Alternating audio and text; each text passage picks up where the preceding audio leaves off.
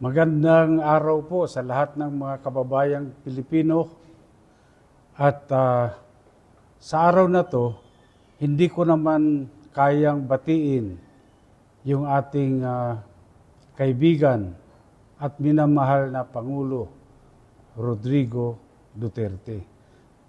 Hindi ko po siya pwedeng batiin ng happy birthday dahil alam ko po na hindi po siya masaya ngayon kung saan siya naruroon. Alam ko pong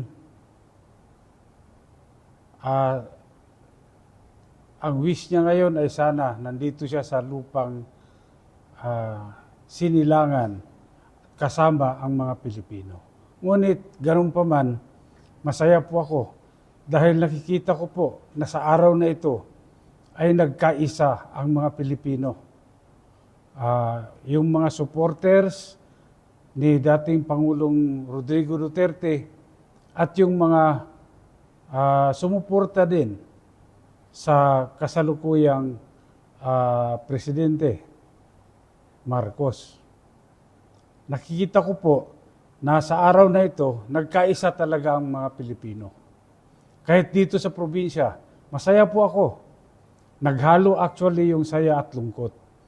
Dahil nakikita ko po na sa araw na to, marami ding politiko na balimbing nagpakita ng kanilang kulay. Pumaliktad na naman, pero masaya ako dahil ito ay hudyat ng nalalapit na pagbabago ng liderato ng Pilipinas. Nakita ko na po ito doon sa panahon na malapit na magbago ang liderato nung Ferdinand Marcos Sr. Nakita ko po yun. Sa umpisang nagbaliktaran yung mga politiko. Kasi itong mga balimbing po na politiko, parang mga ahas ito eh. Alam nila, matalas po ang pakiramdam nila kung kailan sila magpapalit ng balat. At nakikita ko po yan ngayon.